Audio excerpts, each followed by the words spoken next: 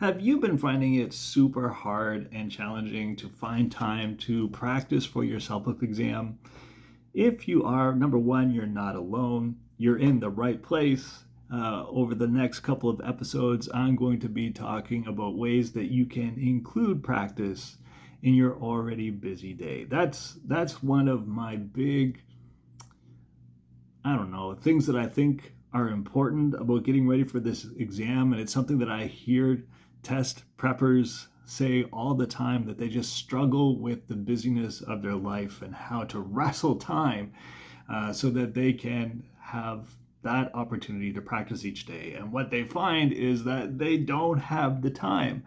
And because they don't have the time, they don't practice. And because they don't practice, they feel like they're not getting ready for the exam. And in all actuality, they're not getting ready for the exam, but they really need to be.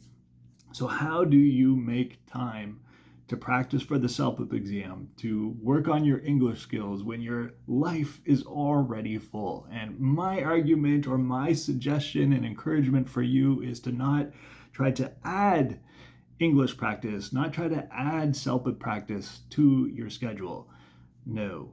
My suggestion is to look for ways to include CELPIP practice into what you're already doing already. And in my previous video, if you had the chance to watch it, in my previous podcast episode, I talked about my morning ritual of making coffee. And before I go any step further, hi, my name is Aaron. Welcome to the CELPIP Success Podcast. I am glad that you're here. Okay. I did it at the beginning this time, not at the end. Welcome. I'm glad that you're here. So what I was talking about a moment ago was that in the previous episode, I was talking to you all about my ritual of making coffee. And I recorded the video in the middle of my already busy happening life. I'm not making extra space for it. I'm including it in what I'm doing. And I included CELPIP practice into something that I was already doing. I made coffee there with you. I poured it into the coffee maker. And that experience wasn't just me making coffee. It was creating an opportunity for me to talk about a past experience, which is what I did. Now, honestly, I wasn't even I didn't even plan for that to happen. It just kind of happened, you know?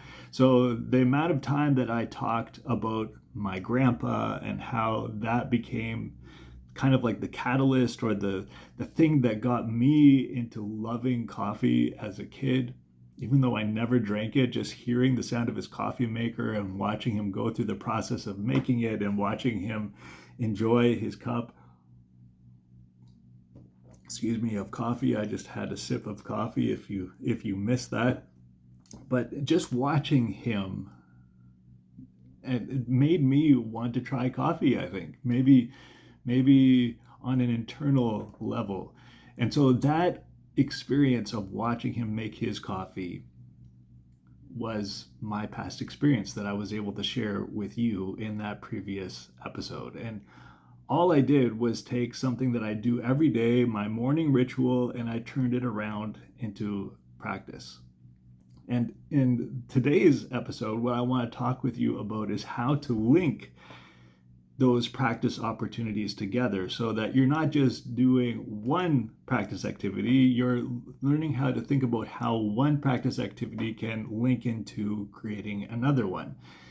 Like almost like you're batching your practice. And I'm not trying to say here that you need to, devote an hour to your practice here. That's defeating the purpose of this video. Remember, that's defeating the purpose of these little practice times. All we're working on are 2 minutes at a time, maximum 5 for your practice spaces. Like if you remember from the previous episode, if you listen to that, you heard me talking about how my physiotherapist has been encouraging me to block out little 2-minute exercise windows into my day, to just weave it in to things that I'm already doing. And those 2 minutes are not long, so it's not going to interrupt me too much. It's very simple, it's very doable to include it into my day. And that's what I'm encouraging you to do as well. And to make your practice more efficient, learn how to think how one practice activity can lead into the other one. So in the previous episode, I was talking about a past experience, right? I was talking about how my grandpa turned me on to drinking coffee. And that got me thinking, well, that might also be able to help me to practice giving advice. Giving advice. That's I think that's the first speaking task on the CELPIP exam, giving advice. Now, here's what I know about that speaking task. Number one, you're going to have 30 seconds to think about what you're going to say before you have to start talking. And we're going to do that together in a second.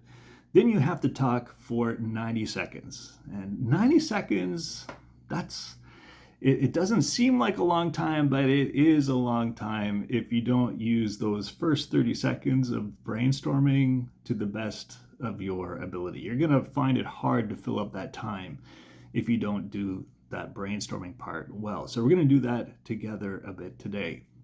Another thing that I know about giving advice is that it's really important for you to pretend that you're actually having a conversation with someone.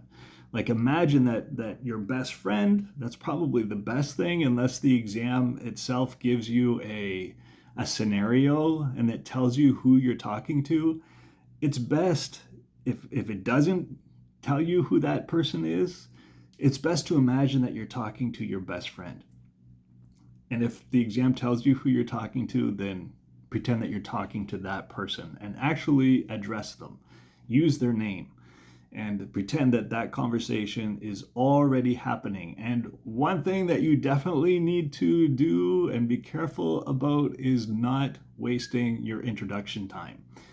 Like a lot of mistakes that I hear are people, spending time, and I've talked about this before, so I'm not going to go into too much detail on it, is they waste time thanking the person for, asking them for their opinion, or they spend time asking them how their weekend was as if they were just, meeting together.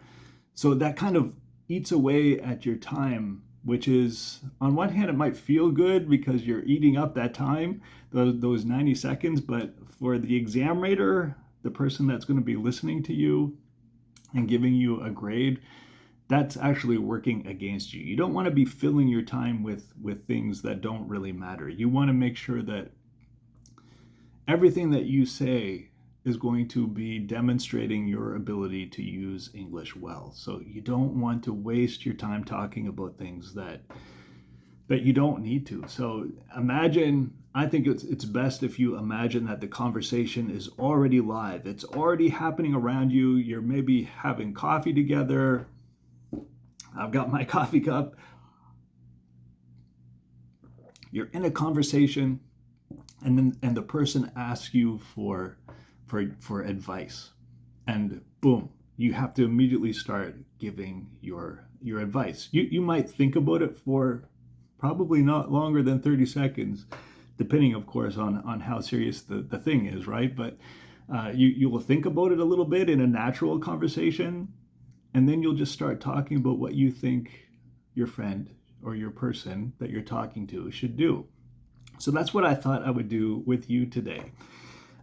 As I was talking about coffee in the previous episode, I've got my coffee bean bag, like where the coffee beans are, and you'll see that on this bag it says fair trade. I don't know if that's coming up, but this is a fair trade product. And I've also got something that it's not my favorite thing. It's an instant coffee product.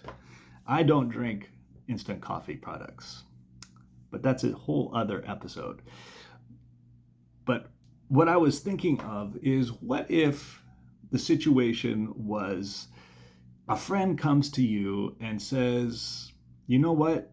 My family and I are going through a really tough financial time right now. We love our coffee. We've been buying fair trade coffee, but as you know, fair trade coffee is much more expensive. I don't know if maybe we should, go for the cheaper, much cheaper regular stuff that you can get at the store. What do you think I should do?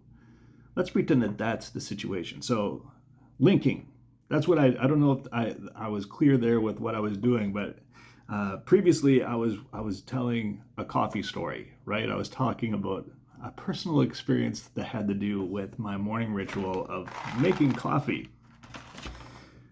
But now that I've got my coffee out, I was thinking to myself, well, that could create another practice opportunity for you, for me.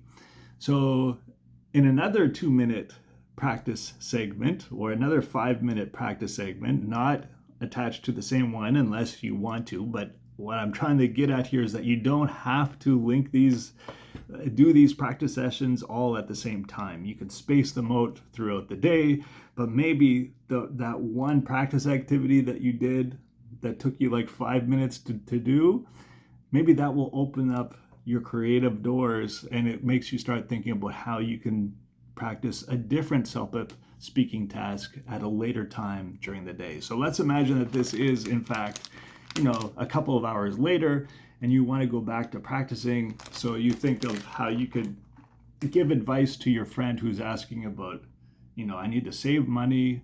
I normally buy fair trade coffee, which is more expensive, but maybe I can save some money by buying the instant coffee instead. What do you think I should do?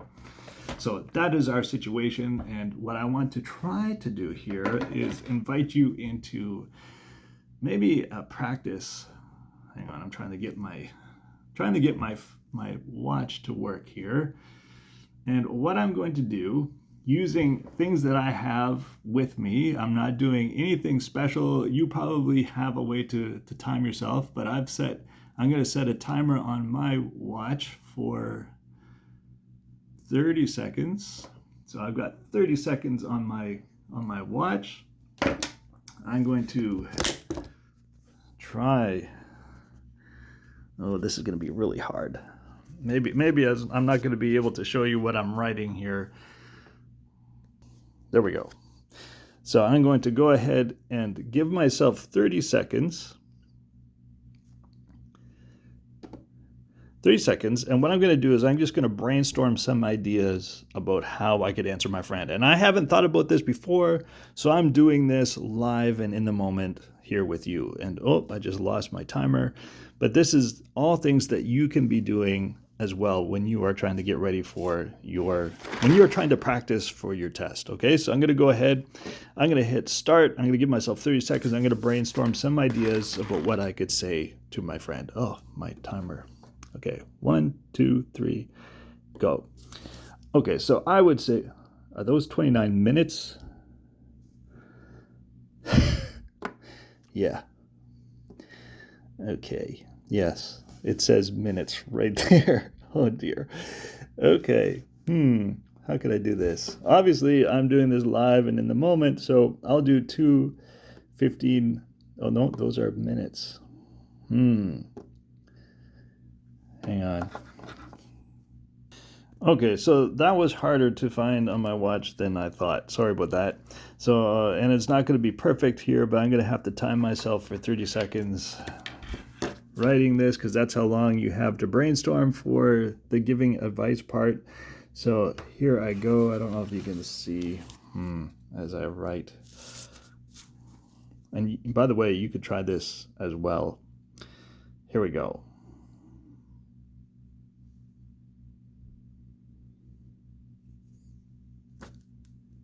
Okay, so the first idea that I have is, you know what?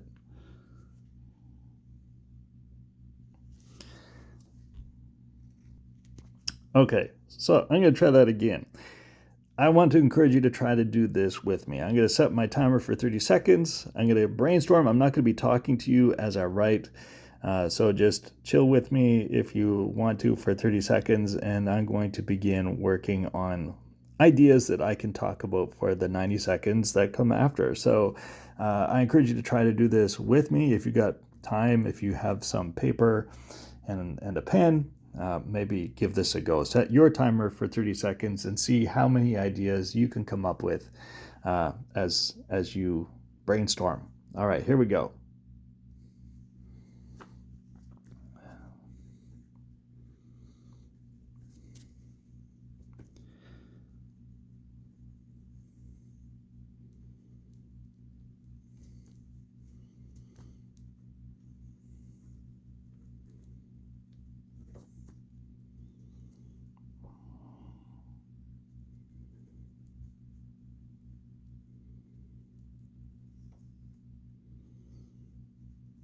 Okay, time's up.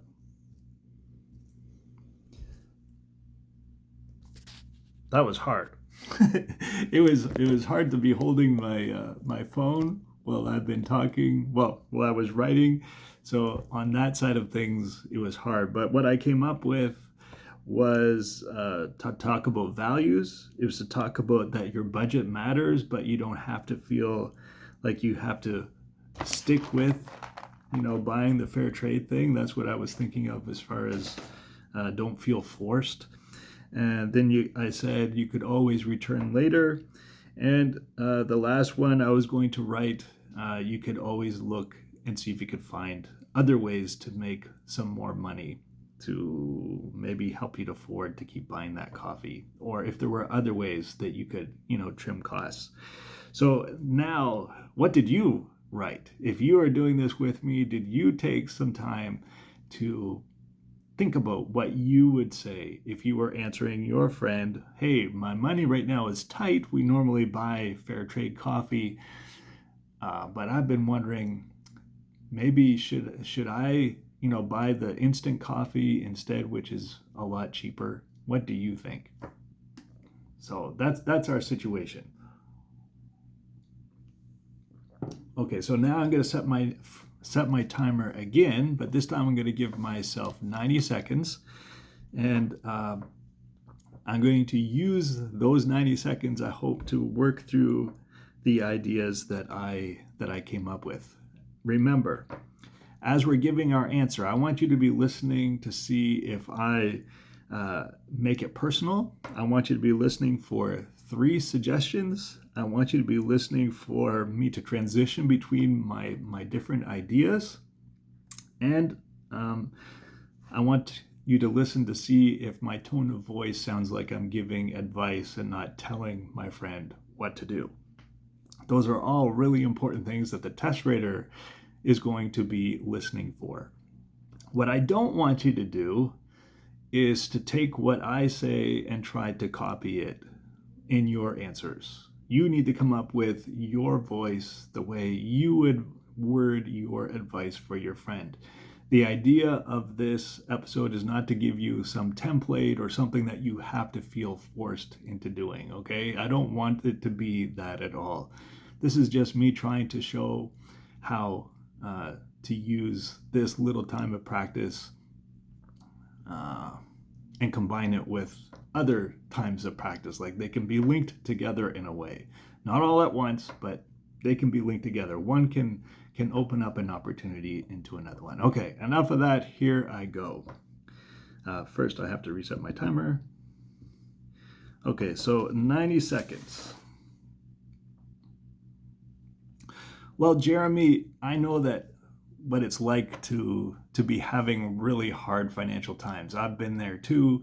It's very tough to know how to best, handle all the different things that you buy, and for sure when you go to the grocery store, the things that you buy each day can add up over time. Especially the different brands that you can purchase, or the different products that you can purchase. Some are more expensive than others, and you are right, buying fair trade is way more expensive than buying, instant coffee. And I guess what I would think about is, first of all, your values. If it's really important for you to be buying fair trade because you know that you're helping farmers, you know that you're helping to pay them a fair wage, if that's more important to you than saving a little bit of money, maybe there's other ways that you could maybe there's other ways that you could cut out your expenses in the things that you buy and keep buying fair trade. You might not need to eliminate buying fair trade products if it's something that's really personally important for you. Maybe you could just change what you buy in other products as well, so that you can compensate for that more expensive, product that you feel is important to buy. If it's not that much of an importance to you, I think the next thing that you could think about is that making a change to buying, to buying instant coffee doesn't have to be a permanent thing. You could always return to buying fair trade once your situation improves. So, it's not a permanent thing. If it helps you to save money in the moment, by all means, go for it. And, another thing that you could also think about doing is finding ways to make a little bit more money on the side. Like maybe you could maybe pick up another couple of hours at your work, and like that, you'd be able to afford buying fair trade coffee more often. I don't know. I think those are the things that I would think about if I were you, if I was trying to save money. Okay, so I think that I spoke for long enough, and I can't, it's hard to tell. I think I made a mistake with my timer, but what I would do after that is I would replay what I had recorded, and I would record myself doing this. I would replay it and see if I addressed the person by name. I would try to listen and see if it sounded like I was being friendly. I would listen to see if I provided at least 3 reasons why. I think I did provide 3 reasons. I think I did. In my example, I did talk as if I was talking to a person. You tell me if you agree or not. And I tried to give a little conclusion statement at the end. And where I think I didn't do a very good job is being more strict with my time. I might have gone over there, and my timer kind of wasn't cooperating with me very well. I don't know what was going on with that, but anyway, that's what a little practice session could look like for you.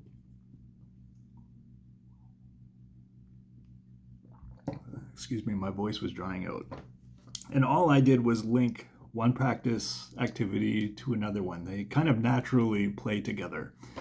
And there are many other ways that you could do that. And in the next episode, I'm going to share how giving, advice about something could turn into you doing a practice session around giving your opinion about something that is directly related to what you have on hand. I hope that this episode was helpful for you and that I didn't lose you in all of my mishaps with my watch and with my timer. I hope that this has been something that helps you to think differently about the things that you do each day and about the opportunities that are right around you all the time. I am still in my busy and messy home. Nothing is cleaned. Nothing is put away. I didn't create a separate practice space for this recording, excuse me.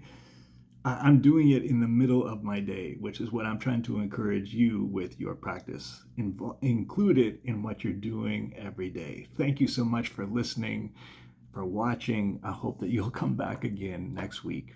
Bye-bye.